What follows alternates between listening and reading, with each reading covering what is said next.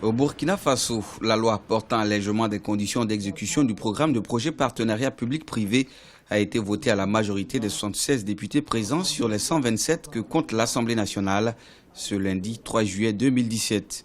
Une proposition gouvernementale passée comme une lettre à la poste et qui vient, selon le camp du parti au pouvoir, confirmer la pertinence de son adoption. Le texte, formulé autour d'une dizaine d'articles, permettra dès sa promulgation de répondre dans l'urgence aux besoins d'investissement. 38 projets sont concernés et devront être soumis à la procédure de contractualisation par entente directe.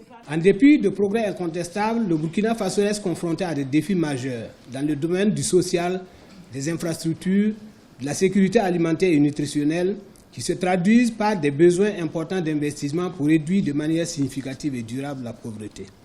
Dans un contexte de baisse de l'aide publique au développement et de faiblesse des ressources propres, le PPP se présente comme une alternative de mobilisation de l'expertise et des ressources financières pour la réalisation du programme d'investissement de l'État. Face à un projet qu'ils ont qualifié d'être porté à dessein, les députés de l'opposition, pour l'une des rares fois, ont déserté l'Assemblée dès l'ouverture des débats.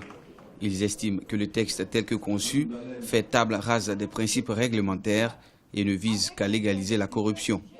2 000 à 7 000 milliards seront mobilisés selon l'opposition pour couvrir la totalité des investissements. Si on doit, parallèlement au budget de l'État qui nécessite une grande mobilisation de ressources, autoriser qu'un ministre ou un président d'institution s'asseye dans son bureau, il appelle un partenaire, privé soit-il, pour lui passer par entente directe un contrat de 200 milliards, 300 milliards, alors s'il vous plaît, nous sommes persuadés qu'il y a péril en la demeure.